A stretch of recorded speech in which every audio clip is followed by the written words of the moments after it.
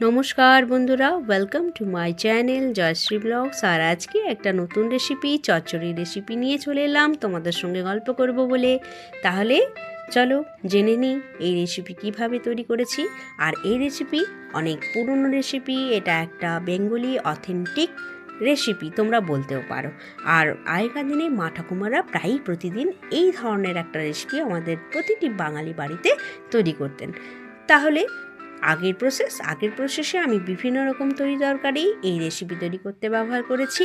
আর তার জন্য সবথেকে একটা বিশেষ তরকারি যেটা আমরা ফেলে দিই, অর্থাৎ ফুলকপির ডাঁটা প্রায় প্রত্যেকেই আমরা ফেলে দিই, কিন্তু আমরা ওটা ফেলবো না।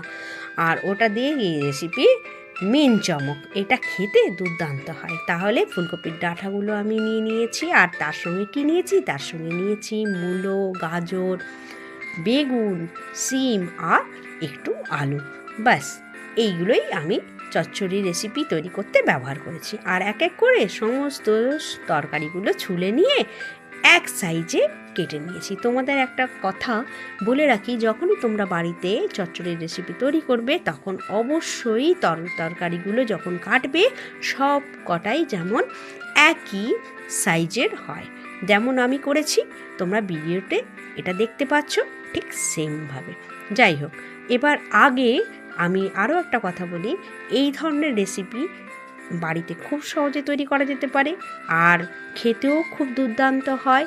একবার তৈরি করে খেয়ে আমাকে অবশ্যই জানাবে। আর নেক্সট আমি আগের প্রসেস দেখাচ্ছি। এর জন্য আমি কড়াইয়ে কিছু পরিমাণ তেল নিয়েছি, একটু তেলের পরিমাণ বেশি এই জন্য নিয়েছি কি সমস্ত তরকারিগুলো আলাদা আলাদা করে ডিপ ফ্রাই করব। এবার আমি এক এক করে সমস্ত তরকারিগুলো ডিপ ফ্রাই করে তুলে নেব। আর নেক্সট মাসকলাইয়ের বড়ি, অর্থাৎ যেটাকে আমরা বিরির ডালের বড়ি বলে জানি, সেই বড়ি। আজকাল তো আর কেউ বাড়িতে বড়ি দিতে চায় না, কেন সময়ের অভাব। কিন্তু আগেকার দিনে মা ঠাকুমারা বাড়িতেই বিরির ডাল বেটে বড়ি দিতেন। যাই হোক, বাজারে কিন্তু এই বিরির ডালের বড়ি খুব সহজেই পাওয়া যায়। আর আমি ওই প্রায় 50 গ্রাম মতন বিরির ডালের বড়ি নিয়ে এরপরে ভেজে তুলে নেব। এই বড়ি যখন ভাজবো তখন সেটা লাইট ব্রাউন কালারের যেন হয়, বেশি ভাজবো না, মোটামুটি হালকা ফ্রাই করে তুলে নেব। তাহলে এই বিরির ডালের বড়ি যখন ভাজা হয়ে যাবে, এবার চলে আসবো আমাদের মেন স্টেপে। মেন স্টেপ কি, আমরা কড়াই 2 চামচ মতন তেল নিয়ে তাতে 5 ফোড়ন, শুকনো লঙ্কা, কাঁচা লঙ্কা, একটু তেজপাতা দিয়ে দেবো। আর যখন ফোড়ন গরম হয়ে যাবে তখন সমস্ত যে তরকারিগুলো আলাদা আলাদা করে ফ্রাই করেছিলাম ওইগুলো সব দিয়ে একসঙ্গে নাড়াচাড়া করব। অবশ্যই একটু হলুদ দেব।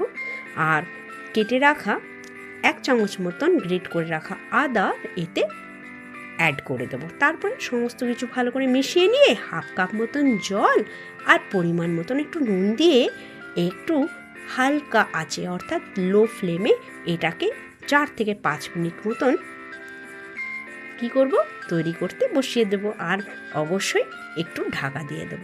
তারপরে তৈরি হয়ে যাবে আমাদের এই চচ্চড়ি রেসিপি। আর সত্যি কথা বলছি বন্ধুরা, এই রেসিপি খেতে দুর্দান্ত হয়।